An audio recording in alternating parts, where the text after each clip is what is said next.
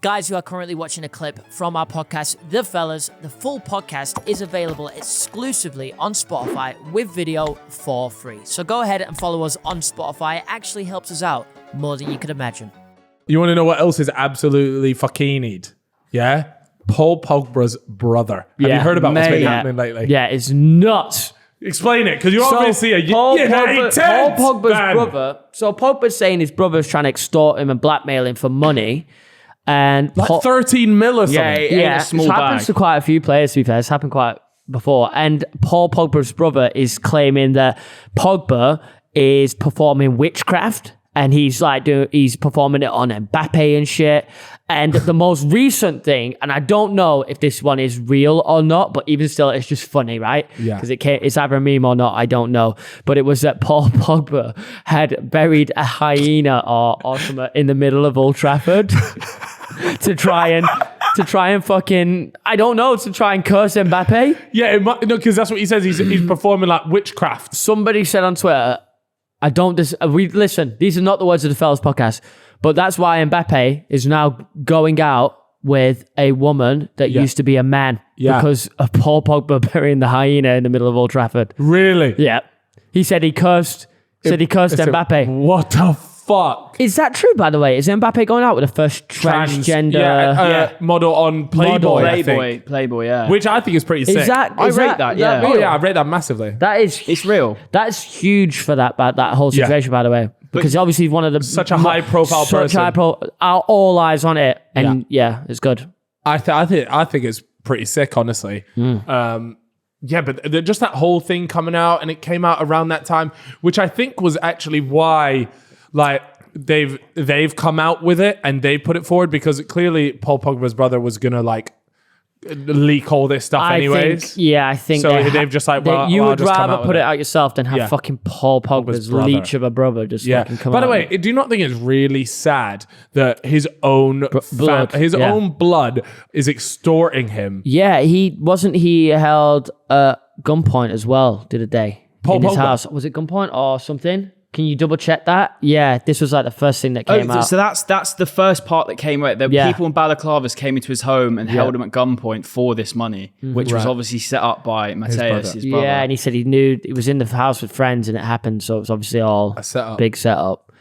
Bro, could you just imagine being Paul Pogba and just being like, it keeps going from worse to from bad to worse for him, because he was in Manchester United, hated it there, or at least he wasn't having a good footballing period, and now he's just gone back over to Juve, and now he's been extorted for 40 mil by his brother, and his brother's saying he's doing witchcraft. It's just so weird. Yeah, man. This guy can't catch it's one of those, like, if you can't trust your family, the guy's just going to have trust issues for the rest of his life. Pogba's brother a footballer? Yeah. Yeah, he's got two brothers, I think, and they're both footballers. Both of them? But clearly one of them just hasn't kicked on. Well, Mateus played for St. Etienne at quite a high level. Like, he's played in the Champions League and stuff. Yeah. And this is the one that's extorting him?